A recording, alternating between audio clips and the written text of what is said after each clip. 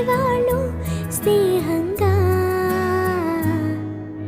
సంతోషమంతా రెక్కలుగా రివంటూ ఎగిరే పక్షులుగా ఆకాశమంతా ఆటాడుకుంటూ ఉన్నారు సరదాగా. ఒకరేమో సీను ఒకరేమో చున్ను కలిసారే ప్రాణంగా కురిసారే వర్షంగా. పాటేమో సీను ఆటేమో చున్ను ఒకటై ఎదిగారే మధురంగా.